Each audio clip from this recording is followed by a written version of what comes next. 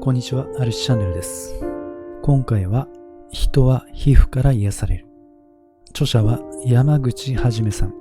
桜美林大学教授で臨床発達心理士でもあります。あなたのストレスの原因は触れ合い不足にあるかもしれません。早速ご紹介しましょう。触れなくても肌は感じている。悲しみに沈んでいるとき、困難に打ちひしがれているとき、誰かにそっと背中に触れてもらうだけで癒された経験はないだろうか。このような手当ては人間であれば誰しもが生まれつき持っている癒しの技である。看護師が患者の背中をさすり、手を握るだけで苦痛が癒される。母親が子供の痛みを、痛いの飛んでけとさすると痛みが軽くなる。認知症患者の手を優しく握ると穏やかな表情になる。このように人は他者の苦痛に対して自然に手を当てて癒してきた。触れることがいかに人の苦痛を癒し、それに立ち向かう勇気を与えるのか考えてみたい。ユニークな実験を2つ紹介したい。アメリカの社会心理学者ジェームズ・コーンは夫婦に実験に参加してもらい、そのうちの妻の腕に軽い電気ショックを与えた時の脳の反応を調べた。とはいえ、実際に電気ショックを与えるわけではなく、与えると予告した時の脅威の反応を調べたわけだ。結果は、他人と手をつないだ時や誰とも手をつながない時に比べて、夫と手をつないだ時の反応が最も弱くなった。親密な人から触れられると脅威が軽くなることがわかる。それでは直接触れないとしたらどうだろうか。アメリカの心理学者サイモン・シュナルは実験参加者を坂のふもとに連れて行き、その坂の角度について推測してもらった。その結果、友人と一緒に推測した人は、一人で推測した人に比べて、坂の傾斜を緩やかに判断した。さらに、友人による坂の傾斜の緩和効果は、その関係が親密であるほど大きかった。つまり、物理的には全く同じ傾斜の坂でも、親しい人がそばにいるだけで、それほど険しく感じなくなるわけだ。この現象は、駅までの道のりの判断や、痛みに耐えられる程度などにも起こり、親しい人が寄り添っていてくれるだけで、負担が軽く感じられることがわかっている。このように、人は親しい人と一緒にいるだけで、周囲の見え方や苦痛の感じ方さえも変わってしまう。ここでは人に直接触れることだけでなく、一緒にいることも含めて、人を癒す行為をスキンシップケアと定義して、これまでのスキンシップの概念を改めて捉え直したい。まずは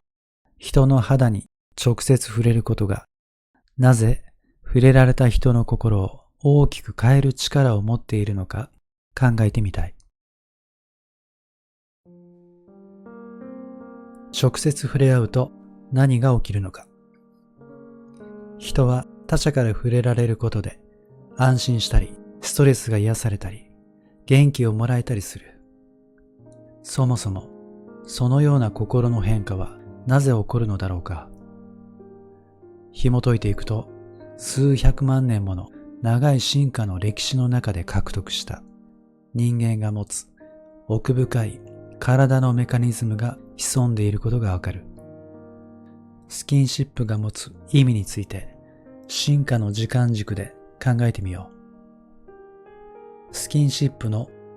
最も原初的な意味は、生まれたばかりの赤ん坊の体温が低下しないように、養育者、主に母親が触れて保温することだった。もともとスキンシップは生命を維持するために必要だったのだ。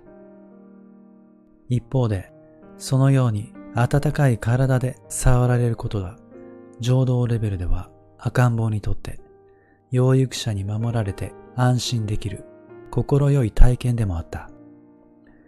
抱かれるたび安心することを繰り返し経験した結果、それは不安やストレスなどの不快な心を癒す行為と結びついていった。さらにそこから発展して、触れて安心させてくれる人に特別な愛情の絆である愛着関係を築き、そういう人を信頼するようになった。これが認知レベルである。このように自己の生命を維持するという最も基本的なレベルから絆を強めるといった社会的なレベルまで階層構造を成して進化してきた。この階層構造についてもう少し詳しく見ていこう。まずは体温維持の機能について。人は体温を維持しないと生きていくことができない。外界の温度が大きく変化しても体温はわずかにしか変化しない。厳密に言えば体温には皮膚温と深部体温の2種類がある。皮膚温は環境の変化に応じて変化するが、深部体温は環境の変化によらず、ある程度一定である。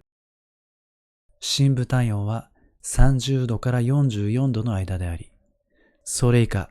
あるいはそれ以上になると死に至ることになる。そして、深部体温と皮膚温には温度の落差があり、深部から皮膚表面に至るまで温度の勾配がある。この温度の落差が適度にあることが生存にとって必要だ。そして、この温度勾配を一定に保つために、体は常に深部で代謝活動をすることで熱を生み、皮膚から熱を逃している。この体温を保つということは、代謝や生殖活動にとっても極めて重要だ。体温が1度下がると、基礎代謝は 12% 低下し、酵素の働きはなんと 50% も低下する。体温が低くなることはデメリットだらけだ。動物の多くは生まれると赤ん坊が身を寄せ合っている。これは赤ん坊同士が離れている時より体温を維持するためのエネルギーの消耗が少ないことから生存に有利になるためだ。また危険が迫ると仲間同士で身を寄せ合うことがあるが、これも肌を触れ合わせることで体温を調節するために必要なエネルギーの消耗を防いでいるのだ。このように肌を触れ合わせることは生き残るための基本的な戦略なのだ。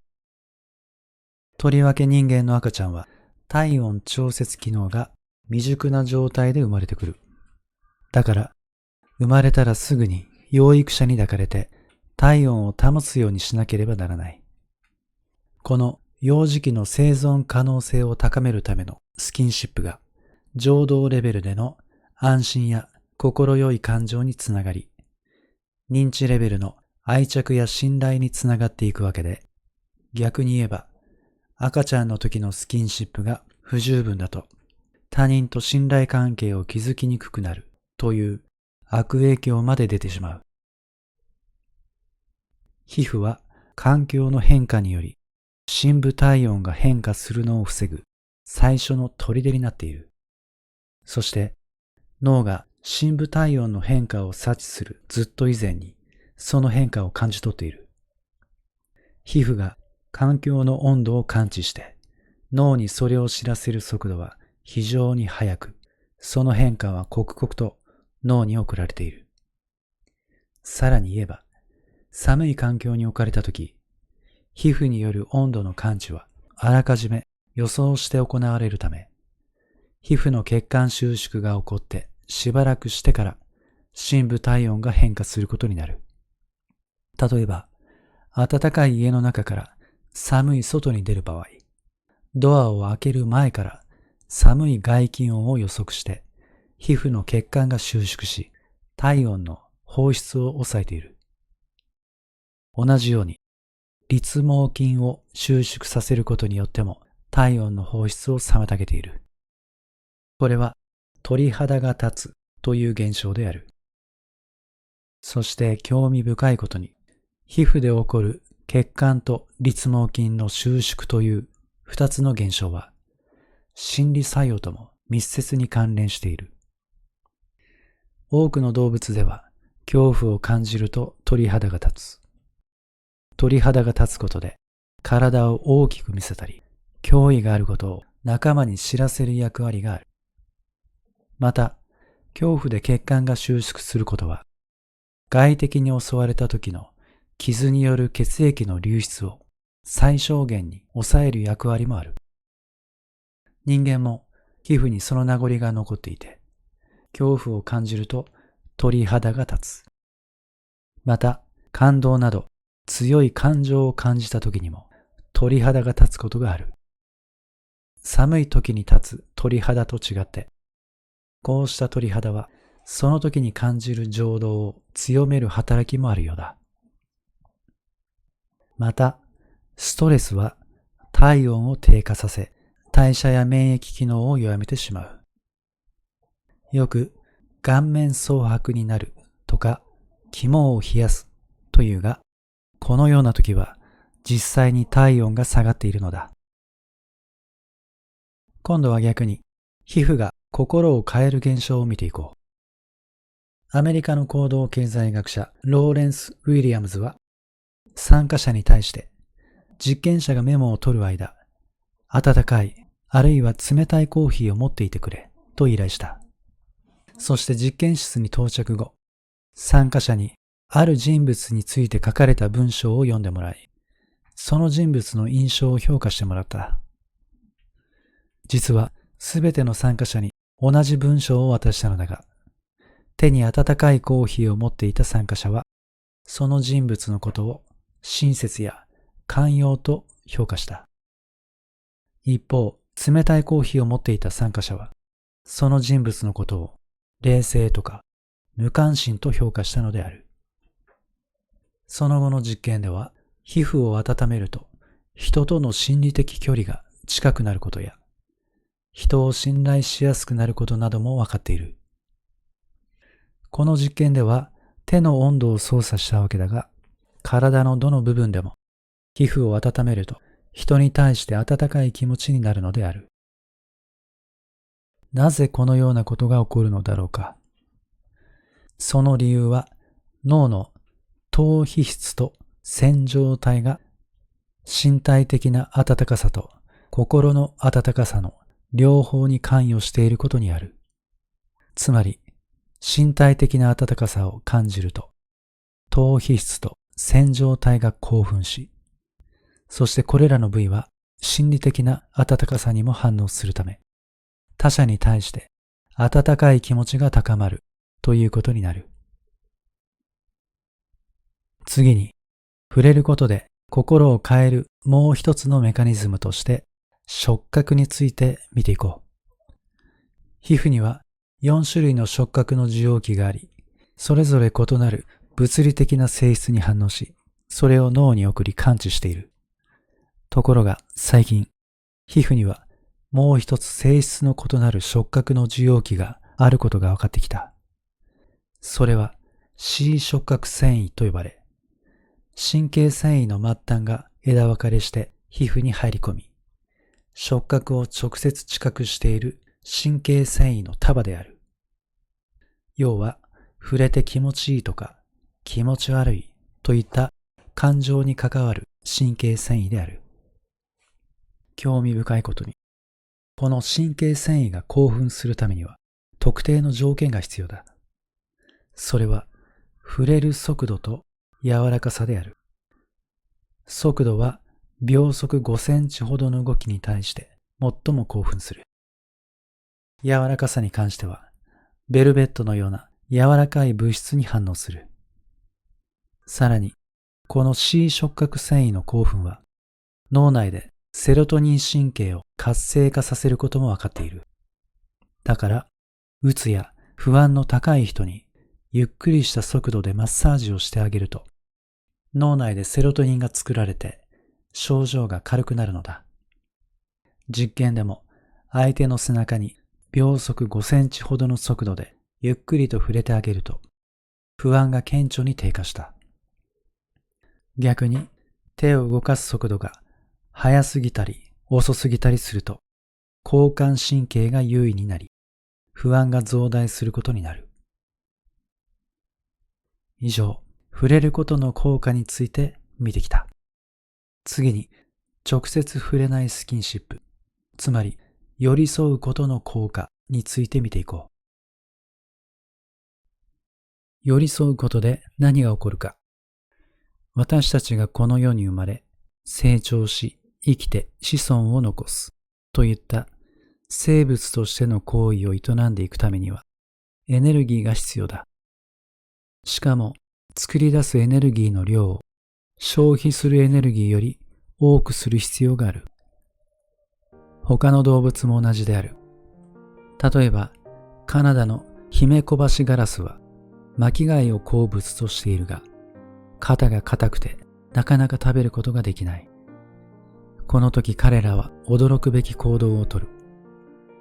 巻貝を食べるために最小のエネルギーしか使わないのだ。つまり、貝を落として殻を割るのだが、その高さは常に正確に測ったかのように貝殻が割れる最小限の高さなのだ。このエネルギーのエコ作戦は物の見え方まで変えてしまう。先ほどお話した坂の傾斜角度を判断する実験を思い出してほしい。親しい人と一緒にいるだけで坂の傾斜が緩やかに見えるという実験だ。では、一人で坂の傾斜を判断する場合、その判断には何が影響しているのか。実験によると、エネルギー源であるブドウ糖入りのジュースを飲んだ人は、同じ味だがブドウ糖が入っていないジュースを飲んだ人よりも、傾斜を緩やかだと判断することが分かった。つまり、脳は客観的に坂の傾斜を判断しているのではない。脳は気づかぬうちに、自分が目の前の坂を登ることを想定しており、そのためのエネルギーが体にどの程度あるのかといった要素を加味して判断しているのだ。つまり、ブドウ糖を多く摂取した人は多くのエネルギーを保持しているため、楽に登れると判断したのである。だから逆に、ストレスを感じている人や疲れを感じている人ほど、坂の傾斜を急だと判断する。このような判断は、群れやつがいを作って生活している社会的な動物の場合、もう少し複雑になる。自分が属している群れ全体を見て判断するからだ。例えば、野生の草食動物が草原で草を食べているとき、同時に肉食動物から狙われることに警戒しなければならない。これは余分なエネルギーを消費することになる。ところが、群れを作って行動した場合、その個体は他の多くの仲間たちの目や耳に頼ることができる。その結果として、どの個体も一匹で食べるよりもより多くのエネルギーを草を食べることに費やすことができるようになる。さらに、信頼できる仲間と共に行動することは、危険を分散させる以上の効果を持つ。特に配偶者や家族関係にある相手はそうである。単にリスクを分散させるだけでなく、困難に遭遇したときに助けてもらえる可能性まで期待できるのだ。そのため、多くの動物は互いに舐めたり毛づくろいを頻繁にすることで信頼関係を保とうとしている。スキンシップは相手のためであると同時に自分のためでもあるのだ。人間のような社会的な動物にとって限りあるエネルギーを効率よく使う方法として、一人一人の個人として捉えるのではなく、信頼したり助け合ったりするような関係の中で考える必要がある。例えば、結婚したばかりのカップルは、何かを判断し行動しようとする際に、一人の時よりも大胆な行動をとる傾向があることが実験で明らかになっている。なぜなら、彼らは困難なことがあっても、パートナーが助けてくれたり、応援してくれることを加味して判断するようになるからだ。つまり、脅威を感じたり、警戒しなければならない事態に遭遇したとき、信頼できる人といるだけで、問題を解決するために費やす心理的エネルギーが自分一人の時よりも減り、実際に脳で消費するカロリーも減ることになる。信頼できる人がそばにいるだけで、彼らに問題の解決や感情のコントロールの一端を担ってくれることを期待し、アウトソーシングするわけだ。だから逆に配偶者と離婚したり、死別したりした後、病気にかかりやすくなったり、死亡率が上がってしまうのは、このアウトソーシングができなくなるためだ。自分一人で問題を解決する必要が出てくるため、より多くのエネルギーを注ぎ込まなくてはならなくなり、その結果、免疫力を高めて病気と戦うといった生命を維持することにエネルギーが回らなくなってしまうのだ。また脳は親しい他者をあたかも自分の一部であるかのように感じている。これを自己拡張理論という。これは恋人関係や夫婦、親しい友人などの間で起こる。このような融合している状態は、恋愛中のカップルが3年後も続いているかどうかを予測する力を持つという。さらにそのような関係があると、アイデンティティの一部も相手と共有するようになる。すると、相手の夢を共有し、その実現に向けてサポートする関係が育ち、互いの関係の質を向上させて、身体的な健康をも増進させる効果がある。多くのカップルでは、結婚前の恋人同士の時には、相互の関係の満足度が高いが、結婚後数年の間に満足度が急速に低下してしまう。しかし、満足度が低下しないカップルの特徴を見ると、目標を持って何かしらの活動をしている点が挙げられる。互いのパートナーが人生で必要不可欠の存在になっているのだろう。さらに言えば、この時、互いに別々の行動をするのではなく、同じ活動をしているカップルは満足度が高い状態を保てると言われている。これは心理学で共同注意という。二人の人が同じものに注意を向けている状態だ。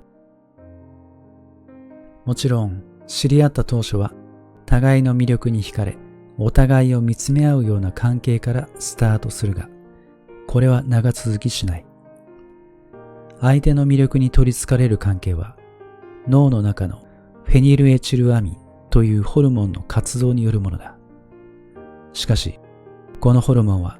長くても3年で分泌されなくなってしまう。その後、穏やかな絆で結ばれる関係に移行していく必要があるのだが、それは脳ではオキシトシンの役割である。脳がフェニルエチルアミン優位の状態から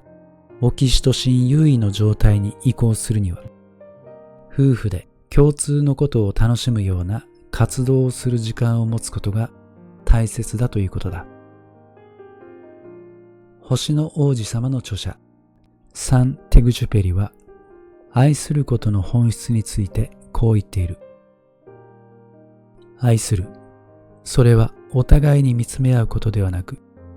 一緒に同じ方向を見つめることである。このような関係性は、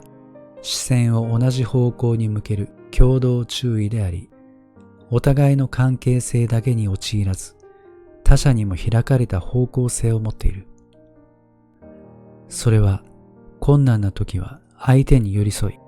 一緒に立ち向かうという心の表れである。相手との心のスペースを開き、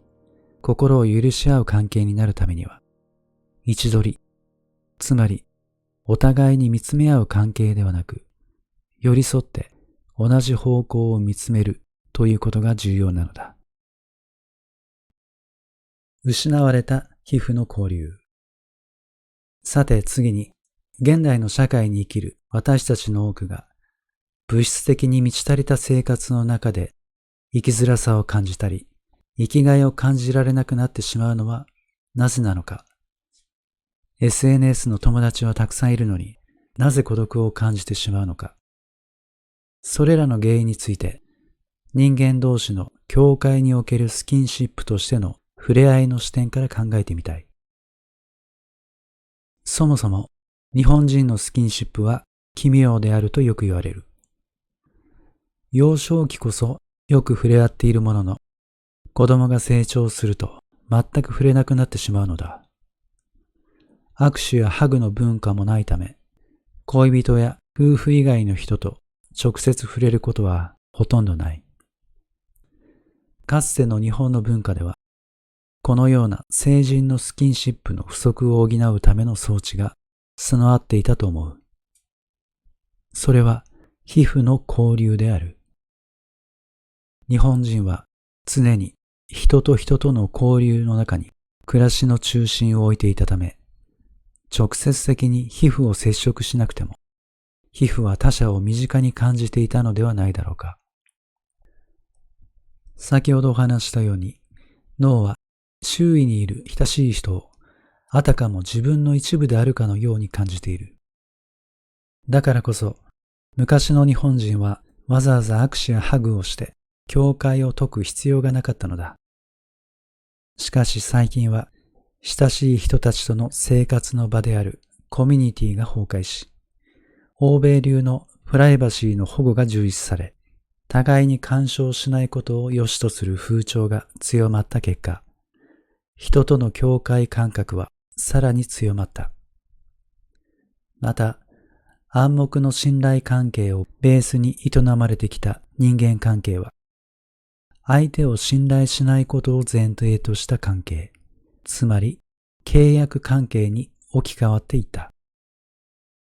また SNS の普及によって便利さや気楽さに慣れてしまい、面と向かっての交流が面倒だと感じるようになっている人もいるだろう。先ほどお話した直接触れたり寄り添ったりして境界の感覚を開くことで起こる心の反応は、人としての生きがいや尊厳を感じるために本質的な意味を持つと思う。何より心が弱った時に癒してくれるものだと思う。では、日本人が大切にしてきた皮膚の境界や感覚を開く装置とは何であろうか。一般的に人の心は脳にあると考える人が多いが、脳に限定しないとしても、少なくとも人の心は皮膚の内側にあると考えるのが妥当だろう。しかし、脳は人と共感したり、同情したりというように、人と心を通わせるとき、境界は大きく膨らみ、相手と一体化しているように感じている。別の言い方をすれば、この時、自分の境界が開かれ、相手を自分の中に受け入れ、融合しているかのように感じられる。親が我が子を抱っこしたり、恋人同士が抱き合っている時の感覚である。人間の境界は物理的には皮膚であることに疑いはないが、心理的に感じる境界というのは、相手を拒絶して閉じる状態もあれば、開いて相手と親密な交流をすることもある。このような境界の様相について考えていこう。人間を環境など周囲から独立した個体として見れば、人間は環境から隔てる境界を持ち、その内側に変動しがたい性格が宿っているというイメージとなる。従来の心理学の考えは、このようなものであった。しかし、人体の 60% は液体であり、人間自身の境界である皮膚も、流体のイメージの方がむしろ近いと言える。すると、人間というのは、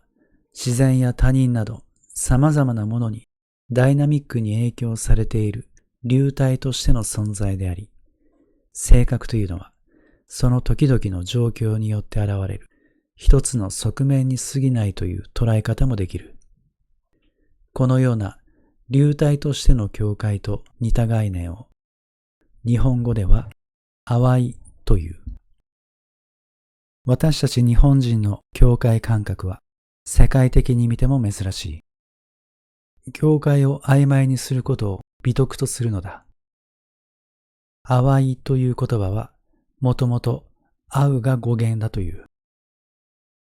つまり分けるための境界ではなく、相手と境界を共有することを前提にした言葉なのである。日本人にとっての境界とは、自分と他というような互いに峻別することによる関係ではなく、むしろ境界を曖昧にすることで混沌が生まれ、その中にこそ自分を感じられるということなのだ。日本人はこのように境界を出会いの場として捉えていた。だから日本語には出会いの際に交わす挨拶の言葉は最近までなかったそうだ。例えば江戸時代ではおはようという挨拶はあっても、こんにちは、こんばんはという挨拶はなかったと言われる。日中や夜に相手と会ったときは名前を呼び合うということが多かったそうだ。東南アジアの多くの国でも、かつては挨拶の言葉はなかったという。例えばタイでは、おはよう、こんばんは、こんにちは、すべて同じ言葉である。挨拶とは、西洋のように境界を隔てている者同士が、それを解くために、ジェスチャーとして作ったものだ。それに対して、もともと境界を持たない民族にとっては、最初から他者と融合した感覚を持っているため、挨拶の言葉は必要なかったのだろう。出会いの場としての境界についてさらに考えてみよう。西洋人にとっては、プライバシーを守ることが最優先されるため、部屋と部屋の境界はしっかりとした壁で仕切り、部屋の入り口には鍵がかけられる。それに対して日本では、ついたてや襖、障子などで区切るだけであった。ついたてなどは、区切っている意志がわずかに感じられる程度のもので、区切るものと区切られるものの合意があって、初めて成り立つような境界である。また、昔ながらの日本の家屋は、外と家の内部との境界を区切る場としてではなく、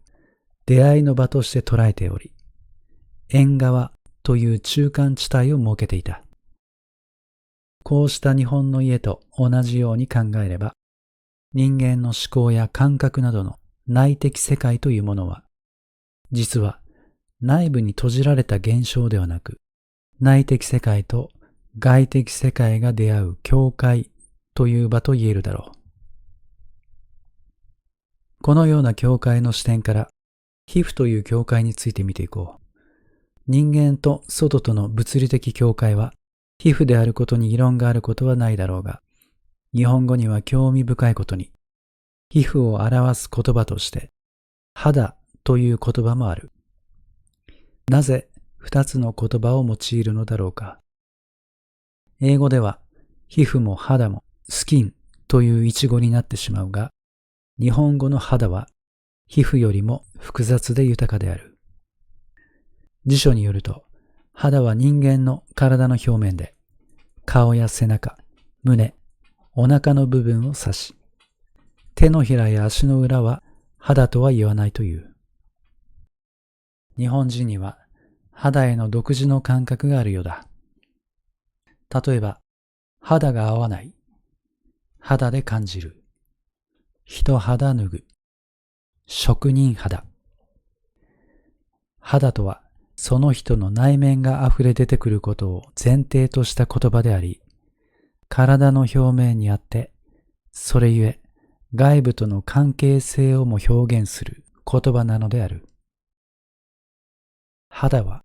皮膚よりも深く豊かな概念であることがわかる。それに対して英語では皮膚も肌もスキンの一語で、これは体を覆う皮という程度の意味である。欧米人にとってのスキンと日本人にとっての肌を考えると、日本人にとっての境界の感覚が日本人の人間関係や物の捉え方の根底にあり、日本文化に通底しているように思われる。例えばご存知のように、人間は自分の体の周りに縄張りとして感じる空間を持っている。パーソナルスペースと呼ばれるもので3つに分かれ、一番狭い領域は皮膚の内側にある領域。次に手を伸ばせば届く距離。最後はそれ以外の空間というように分かれている。イタリアの脳科学者ジャコモ・リゾラッティは、人間の脳が手が届く範囲の人や道具を特殊な方法で把握していることを発見した。この領域にある人や物を自分の体の境界である皮膚が膨張して、あたかも自分の一部であるかのように感じていることを明らかにした。これをペリパーソナルスペースと名付けた。例えば、ナイフとフォークを使ってステーキを切っているとき、そのナイフとフォークは自分の体の一部であるかのように脳は捉えている。野球のバッターはバットを自分の腕が延長したものと捉えているし、盲人にとっての杖も同じである。これは人に対しても起こる。親しい人が近い距離にいると、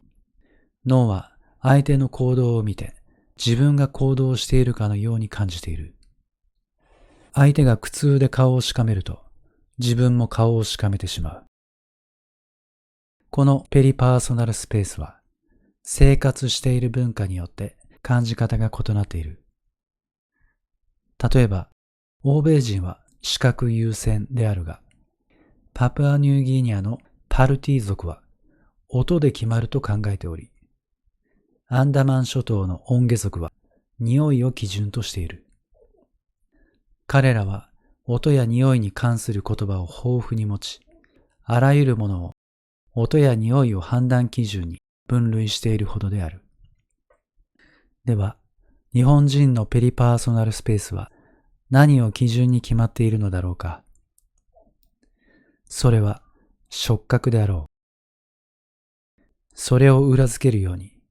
日本語には肌に関する表現が非常に多い。例えば、着物の良し悪しを判断する言葉に風合いがある。これは着心地のことであり、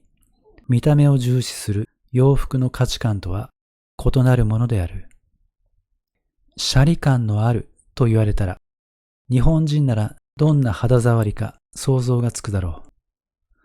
このような風合いを表現する言葉はなんと150もあるという。微妙な肌触りの違いを言葉にして伝えてきた伝統があるのだ。また、国語学者の金田一春彦は、日本語の擬態語には、サラサラ、ツルツル、ゴツゴツ、ゴワゴワなど触覚に関するものが多いと指摘している。風合いと同じように、日本人は手触り感について細かく分類してきたのだ。また、西洋のカップとは異なり、日本の湯飲みには取っ手がついていない。これは意図的に取っ手をつけないことで、中身の温度を手で味わってもらう意図があるという。文豪の谷崎潤一郎は、小説陰影来さんの中にこう書いている。私は吸い物碗を手に持った時の手のひらが受ける汁の重みの感覚と温かみを何より好む。それは生まれたての赤ん坊のぷよぷよした肉体を支えたような感じでもある。このような繊細な触覚によって、かつての日本人は身の回りのものとも皮膚で豊かなコミュニケーションを楽しんでいたことが伺える。日本人は触覚を元にしたペリパーソナルスペースを持っているようであり、さらに直接触れなくても皮膚が感じている感覚を頼りに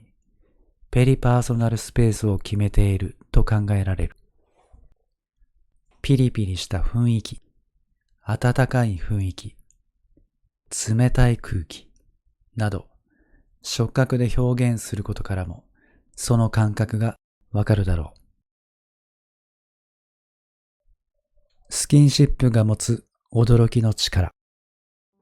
最後にエピソードを一つ紹介したい。北海道でマッサージ教室を開いている人から聞いた話だ。息子さんが高校を卒業して北陸の旅館に就職することに決まったという。修行のため5年間は自宅に帰らないと宣言していたため、寂しくて仕方がなかったそうだ。出発の前日、息子に何かしてあげようということで、